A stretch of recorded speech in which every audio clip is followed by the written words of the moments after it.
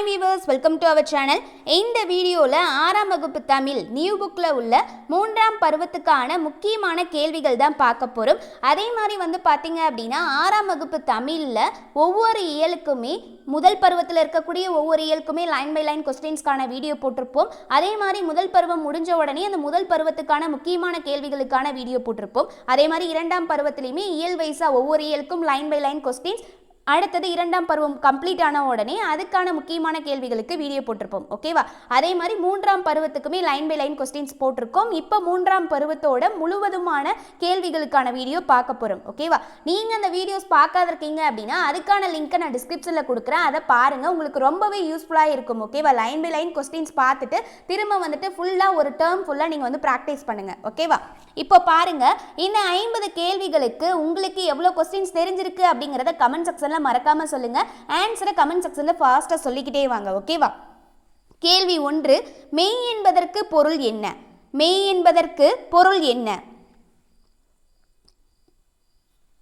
விடை option B உண்மை. கேள்வி 2, தாராபாரதியின் இயற்பெயர் யாது? தாராபாரதியின் இயற்பெயர் யாது? விடை ஆப்ஷன் சி ராதாகிருஷ்ணன். இதுவே தாராபாரதியோட அடைமொழி பேர் என்ன அப்படின்னு கேட்டிங்கன்னா கலைஞாயிறு. அப்போ மொழி ஞாயிறு என்று அழைக்கப்பட்டவர் யார்னா தேவநேய பாவாணர். இதுவே கலைஞாயிறு என்று அழைக்கப்பட்டவர் யார் அப்படின்னு சொல்லி கேட்டா கூத்துப்பட்டறை நா முத்துசாமி அவர்கள். இந்த ரைமிங்கா 3 பேத்தையும் ஞாபகம் வச்சுக்கோங்க. ஓகேவா? அடுத்தது கேள்வி 3, கீழ்காணும் சொற்களில் காலப்பெயருக்கு பொருந்துவதை தேர்ந்தெடுக. கீழ்காணும் சொற்களில் காலப்பெயருக்கு பொருந்துவதை தேர்ந்தெடுக.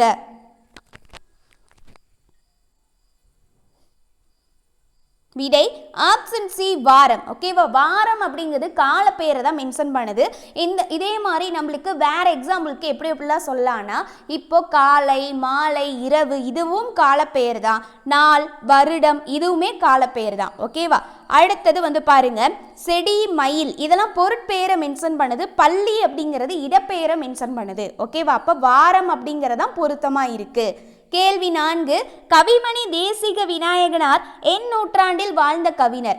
கவிமணி தேசிக விநாயகனார் என் நூற்றாண்டில் வாழ்ந்த கவிஞர்?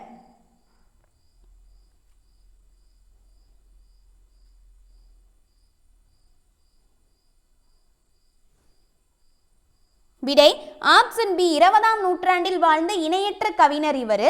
அதே மாதிரி பாத்தீங்கன்னா இவர் 36 ஆண்டுகள் பள்ளி ஆசிரியராக இருந்திருப்பாரு. கேள்வி 5, 1921 காந்தியடிகள் தமிழ்நாட்டுக்கு வந்த பொழுது எந்த பகுதிக்கு புகைவண்டியில் பயணம் மேற்கொண்டார்? 1921 காந்தியடிகள் தமிழ்நாட்டுக்கு வந்த பொழுது எந்த பகுதிக்கு புகைவண்டியில் பயணம் மேற்கொண்டார்? விடை ஆப்ஷன் டி மதுரை. கேள்வி 6, தானமாக கொடுக்கப்பட்ட ஹிதேந்திரனின் உறுப்பு டேஸ்? தானமாக கொடுக்கப்பட்ட ஹிதேந்திரனின் உறுப்பு டேஸ்?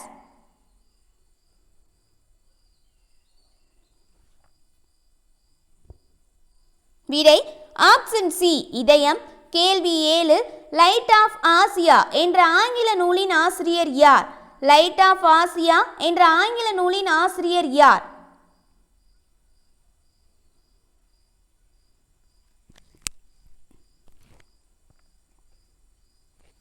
விடை ஆப்ஷன் பி எட்வின் அர்னால்டு.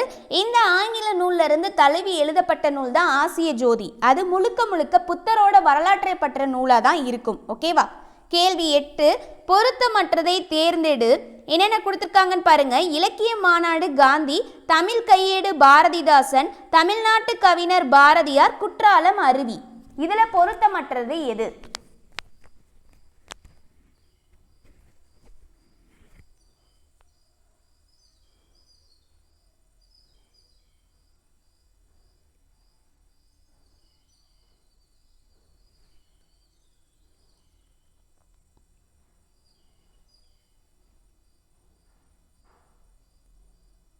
விடை ஆப்ஷன் பி தமிழ் கையேடு பாரதிதாசன் அப்படிங்கிறத பொருத்தமற்றது. ஏன் அப்படின்னா இதோட ஆசிரியர் வந்து பார்த்தீங்கன்னா ஜி போப். அப்போ ஆப்ஷன் ஏ பாருங்க இலக்கிய மாநாடு காந்தி அப்படிங்கிறது கரெக்டான காந்தி கரெக்டு தான். இதில் வந்து பார்த்தீங்கன்னா 1937 சென்னையில் இந்த இலக்கிய மாநாடு நடைபெற்று இருக்கும். அதில் காந்தி வந்து கலந்திருப்பார். அதே மாதிரி வந்து பார்த்தீங்கன்னா இதுக்கு ஊவேசா அவர்கள் வந்துட்டு தலைமை உரை வந்து தாங்கியிருப்பார். அவருடைய தமிழ் உரையால் ஈர்க்கப்பட்ட காந்தியடிகள் இந்த பெரியவரின் அடிநிலையில் இருந்து நாமளும் தமிழ் கற்க வேண்டும் அப்படிங்கிற எண்ணம் வந்து காந்தியடிகளுக்கு தோன்றுச்சாமா. ஓகேவா. அடுத்தது வந்து பாத்தீங்கன்னா தமிழ்நாட்டு கவிஞர் பாரதியார். இந்த வார்த்தை எதுக்கு யூஸ் பண்ணிருக்காங்க, யாரை யூஸ் பண்ணாங்க அப்படின்னா அதாவது வந்து பாத்தீங்கன்னா ராஜாஜி வீட்டில் வந்து காந்தியடிகள் தலைமையில் வந்து ரவுலட் சட்டத்துக்கு எதிர்ப்பு தெரிவிக்கிறதுக்காக கூட்டம் போடலாம் அப்படின்னு சொல்லி அங்கே வந்து உட்காந்து பேசிக்கிட்டு இருக்காங்க. அப்போ பாரதியார் வந்து என்ட்ரி கொடுக்குறாராமா. யார் வீட்டுக்கு, ராஜாஜி வீட்டுக்கு வந்து என்ட்ரி கொடுக்குறாரு. வந்துட்டு என்ன பண்ணுறாருன்னா காந்தியடிகளுக்கு பக்கத்துலேயே வந்து உட்கார்றாரு. காந்தியடிக்கு ஒரே சந்தேகம், என்னடா இவர் அவ்வளோ பெரிய ஆளா நம்ம பக்கத்தில் வந்து உட்கார்றாரு அப்படின்னு சொல்லிட்டு அவருக்கு ஒரு சந்தேகம்.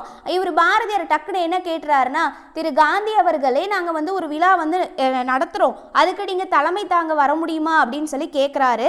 அதுக்கு காந்தியடிகள் வந்துட்டு இல்லை எனக்கு வந்துட்டு இப்படி அந்த டைமில் ஒரு ஸ்கெடியூல் இருக்குது, நீங்கள் அதை வந்து தள்ளி போட முடியுமா, மறுநாள் வந்து நான் தலைமை தாங்கிக்கிறேன் அப்படின்னு சொல்லி சொல்லுவார். இல்லை திட்டமிட்டபடி நடந்துதான் ஆகணும் அப்படின்னு சொல்லிட்டு பாரதியார் கிளம்பிடுறாரு. ஆனால் காந்தியடிகளுக்கு ஒரே சந்தேகம், இவர் நம்ம பக்கத்திலே வந்து துணிச்சலாக உட்காராரு, இது யாரா இருப்பாரு அப்படின்னு சொல்லிட்டு ராஜாஜி கிட்ட கேட்குறாரு. ராஜாஜி வந்துட்டு இவர் வந்து எங்கள் தமிழ்நாட்டு கவிஞருங்க அப்படின்னு சொல்லி சொல்கிறாரு. ஓ அப்படியா, அப்போ இவரை பத்திரமா பார்த்துக்கோங்க அப்படிங்கிற வார்த்தையை காந்தியடிகள் வந்து சொல்லிடுவார். ஓகேவா. அடுத்தது குற்றாலம் அப்படிங்கிறது அருவி. ஓகேவா. இந்த பாயிண்டை எதுக்கு சொல்கிறேன் அப்படின்னா நீங்கள் மறக்கக்கூடாது அப்படிங்கிறதுக்காக தான் இந்த கதையை நான் வந்து சொல்கிறேன். ஓகேவா. அடுத்தது கேள்வி 9. இனிமை கூட்டல் உயிர் என்பதனை சேர்த்தெழுத கிடைப்பது. இனிமை கூட்டல் உயிர் என்பதனை சேர்த்தெழுத கிடைப்பது.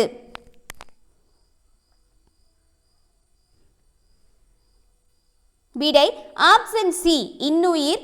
கேள்வி 10. பாதம் என்ற சிறுகதை எந்த தொகுப்பிலிருந்து எடுக்கப்பட்டது. பாதம் என்ற சிறுகதை எந்த தொகுப்பிலிருந்து எடுக்கப்பட்டது.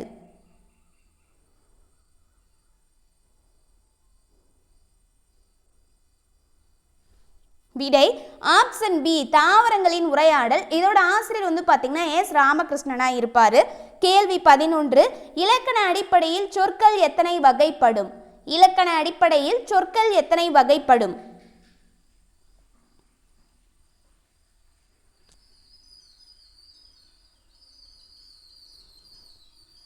விடை ஆப்ஷன் சி 4. என்னென்ன அப்படின்னா பெயர்ச்சொல், வினைச்சொல், இடைச்சொல், உரிச்சொல். ஓகேவா. பெயர்ச்சொல் அப்படின்னா பெயரை குறிப்பிட்டு சொல்வது. வினைச்சொல் அப்படின்னா வினை என்பதற்கான பொருள் என்ன, செயல், செயலை குறிப்பிடுவது. இப்போ எடுத்துக்காட்டு சொல்லுனா வா போ செய் அந்த மாதிரி வந்துச்சுன்னா அது வினைச்சொல். இதுவே வந்து இடைச்சொல் அப்படின்னா பெயர் சொல்லையும் வினைச்சொல்லையும் சார்ந்து வரணும். அதுக்கு வந்து பார்த்தீங்கன்னா உருபு மற்ற ஐ அந்த மாதிரி வந்து இடையில வந்திருக்கணும். ஓகேவா. அடுத்தது உரிச்சொல் அப்படிங்கிறது பெயர்ச்சொல் மற்றும் வினைச்சொல்லை மிகுதிப்படுத்த வருவது தான் உரிச்சொல் அப்படின்னு சொல்லுவாங்க. உரிச்சொல்லை நம்ம எப்படி ஃபைன் பண்ணோம் அப்படின்னா அதுக்கான உருபு வந்து பார்த்தீங்கன்னா சால உருதவ நனிக்கூர் களிமா அப்படின்னு சொல்லுவாங்க. ஓகேவா. ஃபார் எக்ஸாம்பிள் சால சிறந்தது அப்படின்னா அது உரிச்சொல். அதே மாதிரி தவ பயன் அப்படின்னாலும் அது உரிச்சொல். ஓகேவா. இப்படி ஞாபகம் வச்சுக்கோங்க. அடுத்தது கேள்வி 12. தேசம் உடுத்திய நூலாடை என்று கவிஞர் குறிப்பிடும் நூல் எது. தேசம் உடுத்திய நூலாடை என்று கவிஞர் குறிப்பிடும் நூல் எது.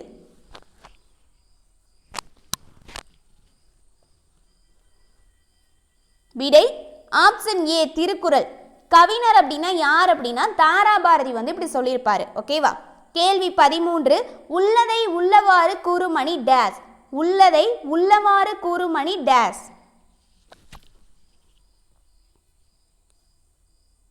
விடை ஆப்ஷன் பி இயல்பு நவிச்சி அணி. ஓகேவா. இயல்பா சொல்றதுனால அது இயல்பு நவிச்சி அணி. கேள்வி 14. கலைக்கூடமாக காட்சி தருவது எது. கலைக்கூடமாக காட்சி தருவது எது.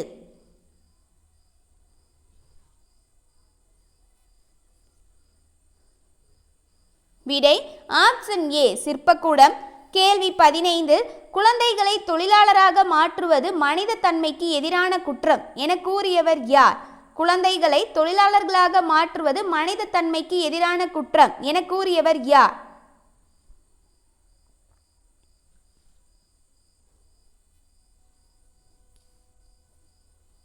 விடை ஆப்ஷன் டி கைலாஷ் சத்யார்த்தி. இவருமே அமைதிக்கான நோபல் பரிசு பெற்றிருப்பாரு.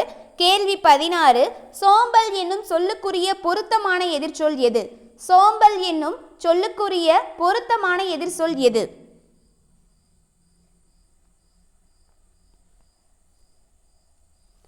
விடை ஆப்ஷன் சி சுறுசுறுப்பு.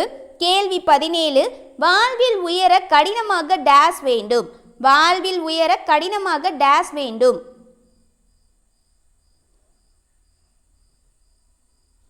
விடை ஆப்ஷன் டி உழைக்க. கேள்வி 18, இடுகுறி பெயரை கண்டறிந்து விடையளிக்க. இடுகுறி பெயரை கண்டறிந்து விடையளிக்க.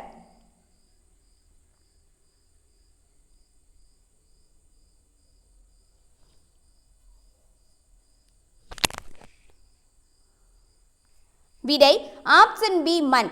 இடுகுறி பெயர்னா ஃபர்ஸ்ட் என்ன? இடுகுறி பெயர் அப்படின்னா காரணமே கருதாம நம்ம பெரியோர்கள் பெயர் வச்சதுதான் இடுகுறி பெயர் அப்படின்னு சொல்றாங்க. அதுக்கு எடுத்துக்காட்டு என்ன சொல்லலாம் அப்படின்னா, இப்ப மண் மரம் அப்படின்லாம் இருக்கு இல்லையா, அந்த மண்ணுக்கு எந்த ஒரு காரணமும் கிடையாது பெயர் வச்சதுக்கு, மரத்துக்கும் எந்த ஒரு காரணமும் கிடையாது பெயர் வச்சதுக்கு. ஓகேவா? அதுலயுமே பாத்தீங்கன்னா இடுகுறி பொது பெயர், இடுகுறி சிறப்பு பெயர் அப்படின்னு சொல்லி ரெண்டா பிரிக்கிறாங்க. அப்போ அதுல இடுகுறி பொது பெயருக்கான எடுத்துக்காட்டா நம்ம எதை சொல்லலாம் அப்படின்னா, இப்போ மண் மரம் அப்படின்னு இருக்கு இல்லையா, அதையே நம்ம இடுகுறி பொது பெயருக்கு எடுத்துக்காட்டா சொல்லலாம். அந்த மண்ணுல களிமண் வண்டல் மண் அப்படின்னு சொல்றாங்க இல்லையா, அப்படி சொன்னா அது சிறப்பு பெயர். ஸ்பெசிபிக்கா இந்த மண் அப்படின்னு சொல்லி சொல்றாங்க இல்லையா சிறப்பா, அதனால அது சிறப்பு பெயர் அப்படின்னு ஞாபகம் வச்சுக்கோங்க. அதே மாதிரி இப்ப மரத்திலேயே பாத்தீங்கன்னா இப்ப புளிய மரம் மாமரம் அப்படின்னு சொல்லி ஸ்பெசிபிக்கா சொன்னா அது அந்த இடத்துல எதை குறிக்குது? சிறப்பு பெயரை குறிக்குது. அதே மாதிரி காடு அப்படிங்கிறதுமே இடுகுறி பெயர்ல தான் வருது. கருவேலங்காடு இந்த மாதிரி சொன்னாங்கன்னா அது சிறப்பு பெயர்ல வருது. ஓகேவா? நல்லா ஞாபகம் வச்சுக்கோங்க. காரணமே கருதாம பெயர் வச்சிருந்தாங்க அப்படின்னா அது இடுகுறி பெயர். அந்த பெயர்ல சிறப்பா ஸ்பெசிபிக்கா ஒன்றை மட்டும் குறிப்பிட்டு சொல்லியிருந்தாங்க அப்படின்னா அது சிறப்பு பெயர். ஓகேவா? அப்படின்னு ஞாபகம் வச்சுக்கோங்க. அடுத்தது காரண பெயர்னு சொல்றாங்க. காரண பெயர் அப்படின்னா காரணம் கருதி வைக்கப்பட்ட பெயர் காரண பெயர். இப்போ இங்கே சொல்லியிருக்காங்க இல்லையா, அந்த முக்காலி அப்படிங்கிறது காரண பெயர் தான். 3 கால்கள் இருந்ததுனால முக்காலி அப்படிங்கிற பெயர் வந்ததாமா. இப்போ நாற்காலி எடுத்துக்கிறோம், அதுக்கு 4 கால்கள் இருக்கிறதுனால நாற்காலி அப்படிங்கிற பெயர் வந்துச்சாமா. அடுத்தது இன்னொரு எடுத்துக்காட்டு சொல்றேன் பாருங்க, கரும்பலகை. அது கருப்பா பலகையா இருக்கிறதுனால கரும்பலகை அப்படிங்கிற பெயர் வந்துச்சு அப்படின்னு சொல்றாங்க. பறவை கொடுத்துருக்காங்க இல்லையா, இதுவுமே காரண பெயர் தான். பறவை பறக்கிறதுனால பறவை அப்படின்னு சொல்லி பெயர் வந்துச்சாமா. ஓகேவா? அப்படி சொல்றாங்க. இப்போ இந்த காரண பெயர்லையுமே காரண பொது பெயர் காரண சிறப்பு பெயர் அப்படின்னு சொல்லி பிரிக்கிறாங்க. ஓகேவா? இப்போ காரண பொது பெயருக்கான எடுத்துக்காட்டை நம்ம எப்படி கண்டுபிடிக்கலாம்னா, இப்போ பறவை அப்படின்னு சொல்லியிருக்காங்களே, இது பொதுவா பறவை எல்லா பறவையும் தான் குறிக்குது. ஸோ அது பொது பெயர். இதுலேயே ஸ்பெசிஃபிக்கா இங்க மரங்கொத்தின்னு சொல்லியிருக்காங்க பாருங்க, இது அந்த பறவை இனத்துல ஒரே ஒரு பறவையை மட்டும் தான் சொல்லியிருக்காங்க. அப்போ இது காரண சிறப்பு பெயர். ஓகேவா? இப்படி ஞாபகம் வச்சுக்கோங்க. கேள்வி 19, உள்ளத்தில் டேஸ் இல்லாமல் இருப்பதே சிறந்த அறமாகும். உள்ளத்தில் டேஸ் இல்லாமல் இருப்பதே சிறந்த அறமாகும். விடை ஆப்ஷன் டி குற்றம். கேள்வி 20, புத்தரின் வரலாற்றை கூறும் நூல் எது? புத்தரின் வரலாற்றை கூறும் நூல் எது?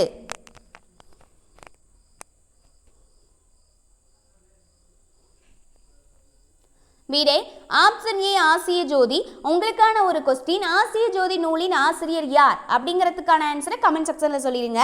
கேள்வி 21, எளிதாகும் என்னும் சொல்லை பிரித்தெழுத கிடைப்பது. எளிதாகும் என்னும் சொல்லை பிரித்தெழுத கிடைப்பது.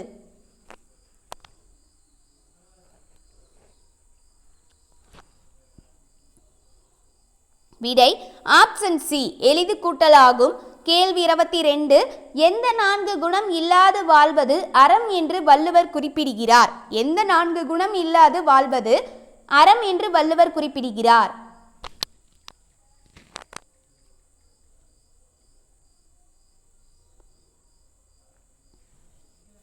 விடை ஆப்ஷன் பி.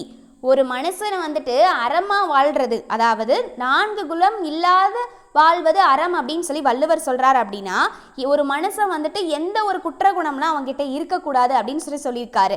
பொறாமை, பேராசை, சினம், கடுஞ்சொல் இதெல்லாம் ஒரு மனிதன் கிட்ட இருக்கக்கூடாது அப்படின்னு சொல்லியிருக்காரு. ஓகேவா? அதுதான் அறம் அப்படின்னு சொல்லி வள்ளுவர் சொல்லியிருக்காரு. கேள்வி 23, தமக்கென முயலா நோன்றால் பிறர்க்கென முயலுனர் உண்மையானே என்ற அடிகள் இடம்பெற்றுள்ள நூல் எது? தமக்கென முயலா நோன்றால் பிறர்க்கென முயலுனர் உண்மையானே என்ற அடிகள் இடம்பெற்றுள்ள நூல் எது? Very very important question. அடிக்கடி கொஸ்டின் கேட்டிருக்காங்க இந்த கொஸ்டினை.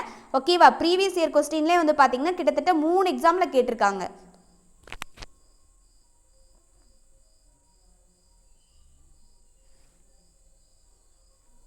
விடை ஆப்ஷன் பி புறநானூறு. கேள்வி 24. எல்லா உயிர்களிடத்தும் அன்பு செலுத்துதல் டேஸ். எல்லா உயிர்களிடத்தும் அன்பு செலுத்துதல் டேஸ்.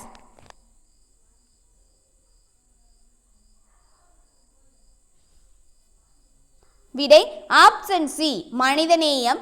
கேள்வி 25. அன்னை தெரசாவிற்கு டேஸுக்கான நோபல் பரிசு கிடைத்தது. அன்னை தெரசாவிற்கு டேஸுக்கான நோபல் பரிசு கிடைத்தது.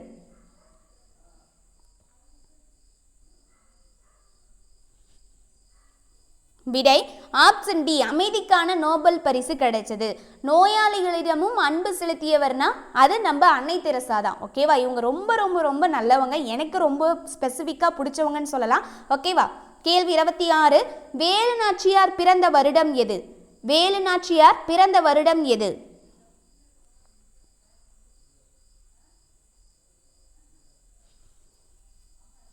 விடை ஆப்ஷன் பி 1730. 1730ஆம் ஆண்டு பிறந்து 1796ஆம் ஆண்டு வந்து இறக்குறாங்க. ஓகேவா? இவங்களை பற்றி நல்லா நீங்கள் வந்து தெரிஞ்சிருப்பீங்க. அதே மாதிரி இந்த வேலு நாச்சியார் லெசனை நல்லா படிச்சு வச்சுக்கோங்க. யூனிட் 8க்கும் ரொம்பவே யூஸ்ஃபுல்லாக இருக்கும். ஓகேவா? கேள்வி 27. கூர் என்ற சொல்லின் பொருள் என்ன? கூர் என்ற சொல்லின் பொருள் என்ன? விடை ஆப்ஷன் ஏ மிகுதி. கேள்வி 28. புவியரசு என்ற கவிஞர் மொழிபெயர்த்த நூலின் பெயர். புவியரசு என்ற கவிஞர் மொழிபெயர்த்த நூலின் பெயர்.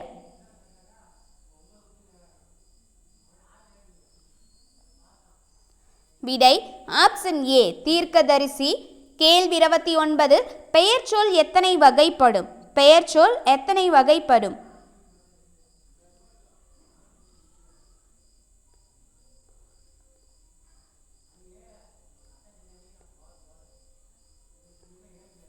விடை ஆப்ஷன் சி 6. அது என்னென்ன அப்படின்னா பொருட்பெயர், இடப்பெயர், காலப்பெயர், சினைப்பெயர், பண்பு பெயர், தொழிற்பெயர் அப்படின்னு சொல்லி 6 வகைகள் இருக்கு. ஓகேவா? கேள்வி 30. தாராபாரதி இயற்றிய நூல்களில் அல்லாத ஒன்று. தாராபாரதி இயற்றிய நூல்களில் அல்லாத ஒன்று.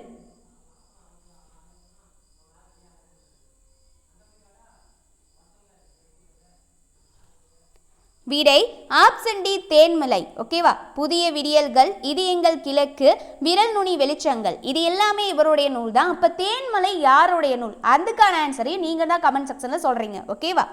கேள்வி 31. ரவி புத்தகம் படித்தான் என்பது என்ன பெயர்? ரவி புத்தகம் படித்தான் என்பது என்ன பெயர்?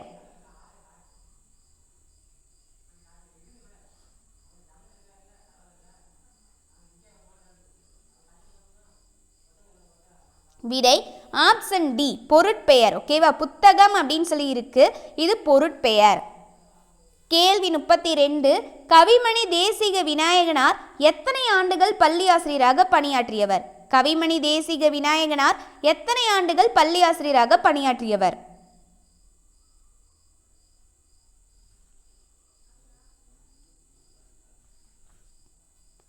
விடை ஆப்ஷன் சி 36 ஆண்டுகள். கேள்வி 33. வேலு நாச்சியாரின் பெண்கள் படைப்பிரிவுக்கு தலைமையேற்றவர் யார்? வேலு நாச்சியாரின் பெண்கள் படைப்பிரிவுக்கு தலைமையேற்றவர் யார்?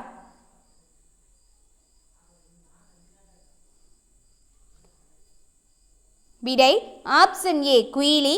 கேள்வி 34. கண்ணன் மாலையில் விளையாடினான் என்பது எவ்வகை பெயர்?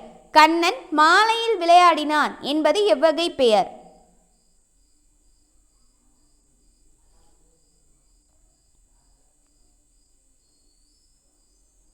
விடை ஆப்ஷன் சி காலப்பெயர். ஏன் அப்படின்னா மாலை அப்படின்னு வந்திருக்கு இல்லையா, இது வந்துட்டு எதை காலத்தை மென்ஷன் பண்ணுது. ஸோ காலப்பெயர். கேள்வி 35. அணி என்பதற்கு பொருள் என்ன? அணி என்பதற்கு பொருள் என்ன?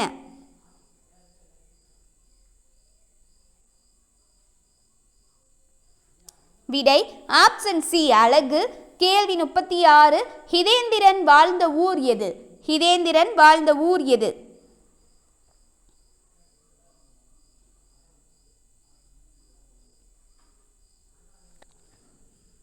விடை ஆப்ஷன் பி திருக்கழுக்குன்றம். இதயத்தை தானம் செஞ்சாங்க இல்லையா ஹிதேந்திரன், அவங்க வாழ்ந்த ஊர் எங்க அப்படின்னா திருக்கழுக்குன்றம். கேள்வி 37 பூதளம் பொருள் தருக. பூதளம் பொருள் தருக.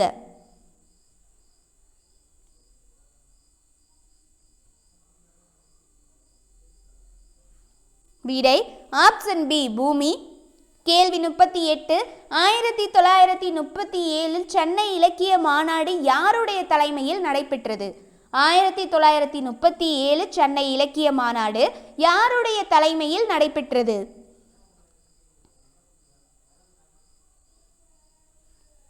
விடை ஆப்ஷன் டி காந்தி. கேள்வி 39 அகர வரிசைப்படி எழுதுக அப்படின்னு சொல்லிட்டு கருணை, பொறுமை, இரக்கம், உண்மை அப்படின்னு கொடுத்துருக்காங்க. இது அகர வரிசைப்படி கரெக்டாக எழுதுங்க. அப்போ இதுக்கான ஆன்சர் என்ன?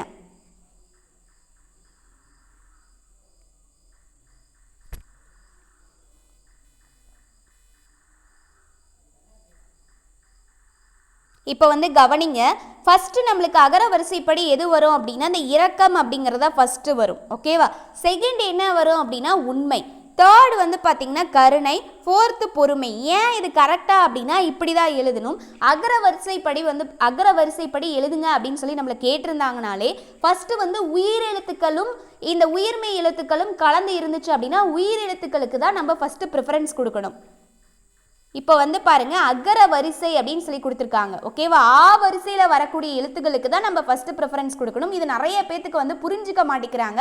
அப்படியே அகர வரிசை எழுத்துக்கள் அப்படின்னா நம்மளுக்கு ஃபஸ்ட்டு எழுத்து எது வருமோ அதை எடுத்து எழுதிடலாம் அப்படின்னு சொல்லி நினச்சிக்கிறாங்க. இதுக்கான மீனிங் என்ன அப்படின்னா அகர வரிசை அப்படின்னாலே ஆ வரிசையில் வரக்கூடிய அதாவது உயிர் எழுத்துக்களை ஃபஸ்ட்டு ப்ரிஃபரன்ஸ் கொடுத்து நம்ம எழுதணும். அடுத்தது கா மெய் எழுத்துக்கள், உயிர்மெய் எழுத்துக்கள் இருக்கு இல்லையா, அடுத்தது தான் இந்த உயிர்மெய் எழுத்துக்களுக்கு ப்ரிஃபரன்ஸ் கொடுத்து எழுதணும். அதுதான் அகர வரிசை.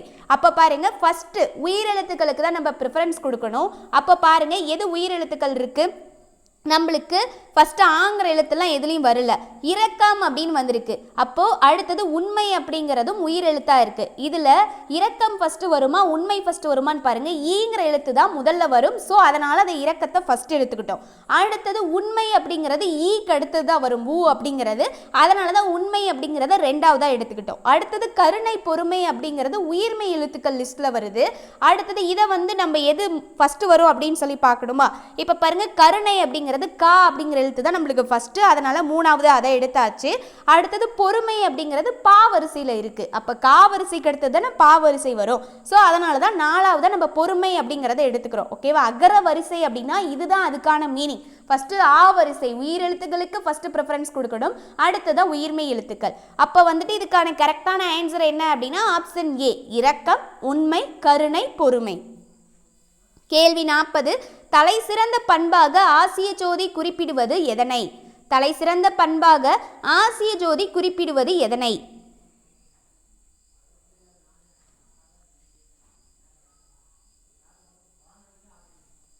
விடை ஆப்ஷன் சி இரக்கம் அல்லது கருணை அப்படின்னாலும் அதுதான் அதுக்கான மீனிங். கேள்வி 41 யார் எழுதிய தமிழ் கையேடு காந்தியடிகளை மிகவும் கவர்ந்தது? யார் எழுதிய தமிழ் கையேடு காந்தியடிகளை மிகவும் கவர்ந்தது?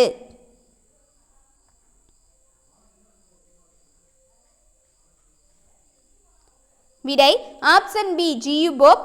கேள்வி 42 சிறைக்கோட்டம் அரைக்கோட்டமாக மாற வேண்டும் என்று மன்னரிடம் கூறியவர் யார்? சிறைக்கோட்டம் அரைக்கோட்டமாக மாற வேண்டும் என்று மன்னரிடம் கூறியவர் யார்?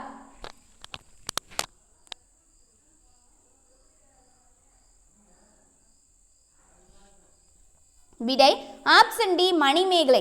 அதாவது பார்த்தீங்க அப்படின்னா இவங்க ஆதிரை கிட்ட முதல்ல அந்த அமுத சுரபியில் உணவை வாங்கிட்டு அந்த அமுத சுரபியோட ஸ்பெஷல் நம்ம எல்லாத்துக்குமே தெரியும். அல்ல உணவு குறையாமல் இருக்கும் அப்படின்னு சொல்லிட்டு அடுத்தது ஏழை மக்களுக்கெல்லாம் உணவிட்டுட்டு சிறைக்கு போகிறாங்க. அங்கே இருக்கக்கூடிய மக்களுக்கு எல்லாமே உணவளித்து பசிப்பினி போக்கியவள் அப்படின்னு சொல்லி மணிமேகலையை சொல்லுவாங்க. ஏன் அப்படின்னா அதுக்கு இதுதான் ரீசன்.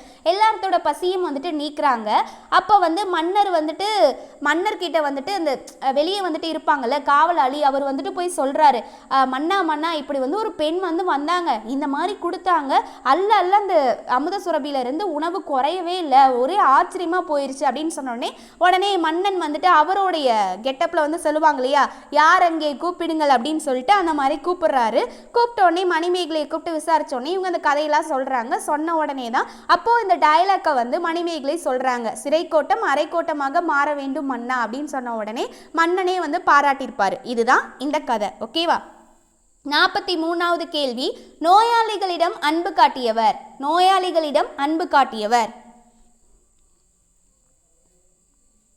விடை ஆப்ஷன் சி அன்னை தெரசா. கேள்வி 44, வெகுளி எதிர்ச்சொல் தருக. வெகுளி எதிர்ச்சொல் தருக.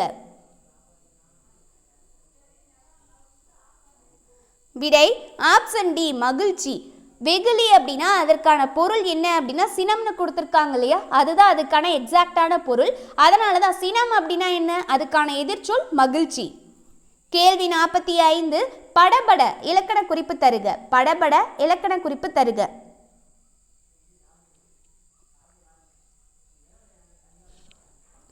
விடை ஆப்ஷன் டி இரட்டை கிளவி. இதுவே வந்துட்டு நம்மளுக்கு பாம்பு இந்த மாதிரி கொடுத்துருந்தாங்கன்னா அது அடுக்கு தொடர். ஓகேவா? ஸோ அதை வந்து ஞாபகம் வச்சுக்கோங்க. கேள்வி 46, அறநூல்களில் கூறப்படும் அறங்களுள் சிறந்தது எது? அறநூல்களில் கூறப்படும் அறங்களுள் சிறந்தது எது?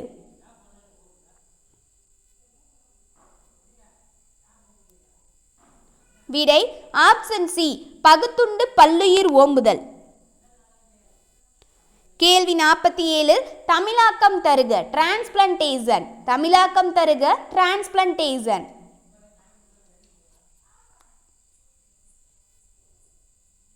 விடை ஆப்ஷன் பி உறுப்பு மாற்று அறுவை சிகிச்சை. கேள்வி 48, ஆங்கிலேயர்களின் ரவுலட் சட்டம் நடைமுறையில் இருந்தபோது காந்தியடிகள் எப்போது சென்னைக்கு வந்தார்? ஆங்கிலேயர்களின் ரவுலட் சட்டம் நடைமுறையில் இருந்தபோது காந்தியடிகள் எப்பொழுது சென்னைக்கு வந்தார்?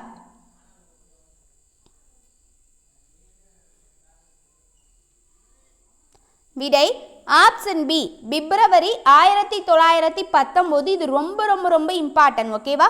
ஞாபகம் வச்சுக்கோங்க. கேள்வி 49, கலில் கிப்ரான் எந்த நாட்டை சேர்ந்தவர்?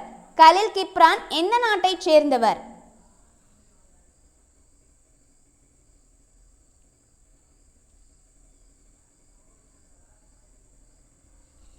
விடை ஆப்ஷன் சி லெபனான் நாட்டை சேர்ந்தவர். கேள்வி 50 ஃபைனல் கொஸ்டின், கைலாஷ் சத்யார்த்தி உலக குழந்தைகள் கல்வி உரிமைக்காக எத்தனை நாடுகளில் நடைப்பயணம் சென்றுள்ளார்? கைலாஷ் சத்யார்த்தி உலக குழந்தைகள் கல்வி உரிமைக்காக எத்தனை நாடுகளில் நடைப்பயணம் சென்றுள்ளார்?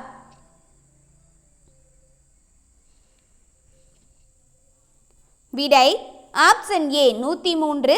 ஓகே காய்ஸ், வீடியோவை பார்த்துட்டு நீங்கள் எவ்வளோ மார்க்ஸ் ஸ்கோர் பண்ணியிருக்கீங்க அப்படிங்கிறத மறக்காமல் கமெண்ட் செக்ஷனில் சொல்லுங்கள். அதே மாதிரி ஒவ்வொரு இயலுக்கான லைன் பை லைன் கொஸ்டின்ஸ்க்கான வீடியோ லிங்க்கையுமே நான் வந்து டிஸ்கிரிப்ஷனில் கொடுக்குறேன். பார்க்காத இருக்கவங்க பார்த்துக்கோங்க. ஓகேவா? அதே மாதிரி ஒவ்வொரு பருவத்துக்கான முக்கியமான கேள்விகளுக்கான வீடியோவுமே வந்து போட்டிருப்போம். அந்த கொஸ்டின்ஸை பார்த்து நீங்கள் ஒவ்வொரு பருவத்துக்கான லைன் பை லைன் கொஸ்டின்ஸ் முடிச்சுட்டு ப்ராக்டிஸ் பண்ணிக்கோங்க. ஓகேவா? இந்த வீடியோ பிடிச்சிருந்து அப்படின்னா லைக் பண்ணுங்கள். நம்ம சேனலை இது வரைக்கும் சப்ஸ்கிரைப் பண்ணாத இருக்கீங்க அப்படின்னாலும் சப்ஸ்கிரைப் பண்ணி வச்சுக்கோங்க. தேங்க்யூ.